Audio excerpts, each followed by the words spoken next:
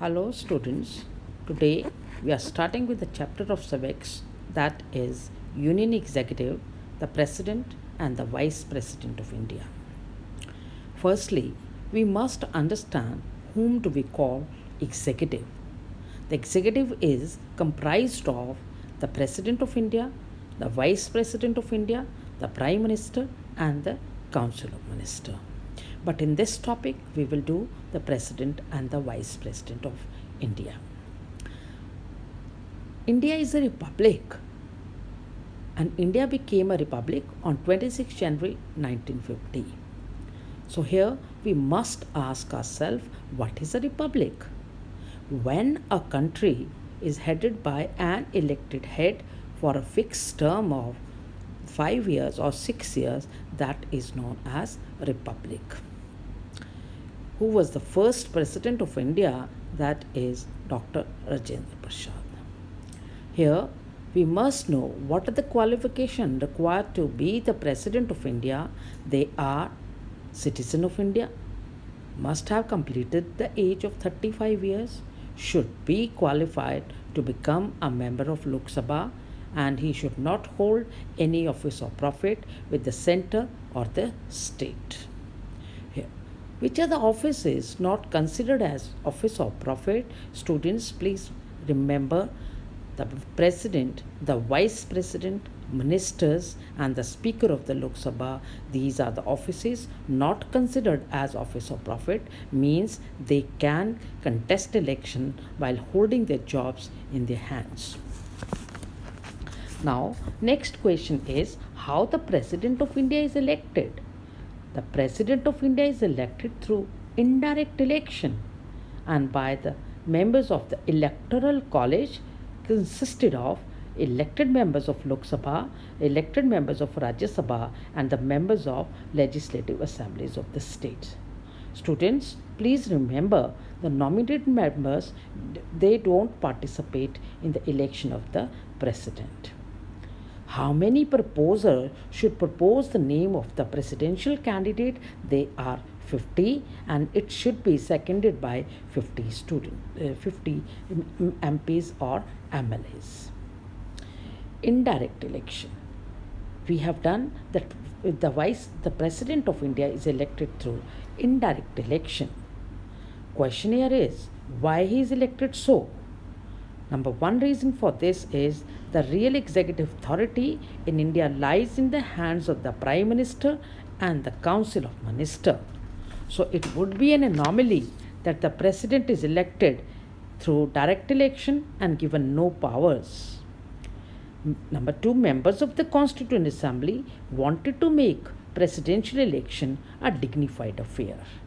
Number three, a large electioneering machinery is required to elect one person. That is why the President of India is elected through indirect election. Oath.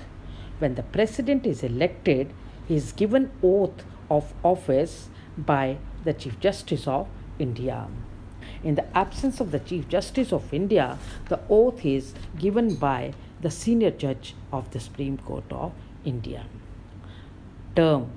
The term of the office of the President is 5 years. He can give resignation before the expiry of his term. If he has to give his resignation, he will give it to the Vice President of India. Can he be removed before the expiry of his term? Yes, he can be removed from his office before the expiry of his term on the basis of violation of the Constitution. Students, please remember, on the basis of violation of the Constitution, the President of India can be removed by the members of Parliament through the procedure known as impeachment. Here we must understand what is this procedure.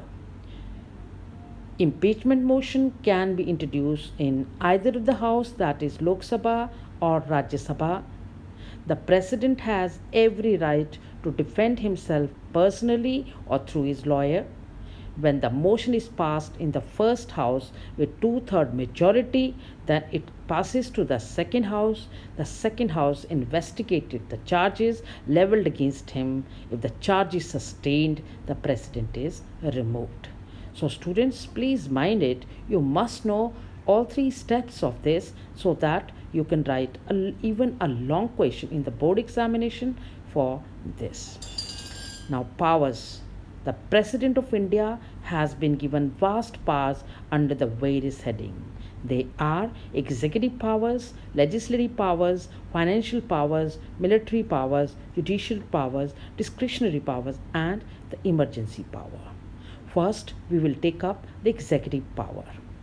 The first executive power of the President is he is the head of the Indian Union and all orders in India are issued in the name of President. Number 2, the President appoints the Prime Minister and on the advice of the Prime Minister, President appoints the members of Council of Ministers. Number 3, the President appoints various dignitaries of the state. They are governors to various states, diplomats to various countries, members of the Union Public Service Commission, members of the Election Commission, members of the Finance Commission, the Attorney General of India, the Auditor General of India, etc. Number 4, all union territories are administered in the name of President.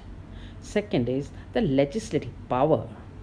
The President can summon or prorogue the sessions of the Parliament and can dissolve the Lok Sabha. But he cannot dissolve the Rajya Sabha because it is a permanent house not subject to dissolution. The President can nominate 2 members for Lok Sabha and 12 members for Rajya Sabha. No bill can become a law unless President gives his assent to a bill. A money bill cannot originate in Lok Sabha without the prior sanction of the President. Ordinances can be issued by the President when the Parliament is not in session. Financial powers. Every year, the budget session is inaugurated by the President of India. A money bill cannot originate in Lok Sabha without the prior sanction of the President. President of India appoints the Finance Commission after every 5 years. And contingency fund remains under the control of the President. If unforeseen circumstances occur in the country, the funds are released from the contingency fund. Military powers. The President of India is the Supreme Commander of Indian Armed Forces.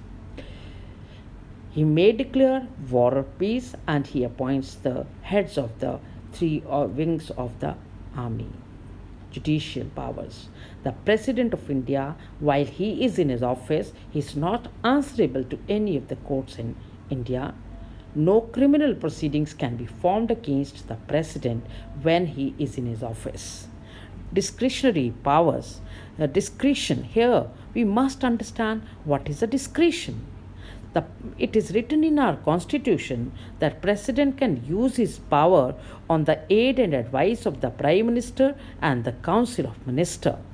But at certain time, President uses this power without their advice. That is known as discretion.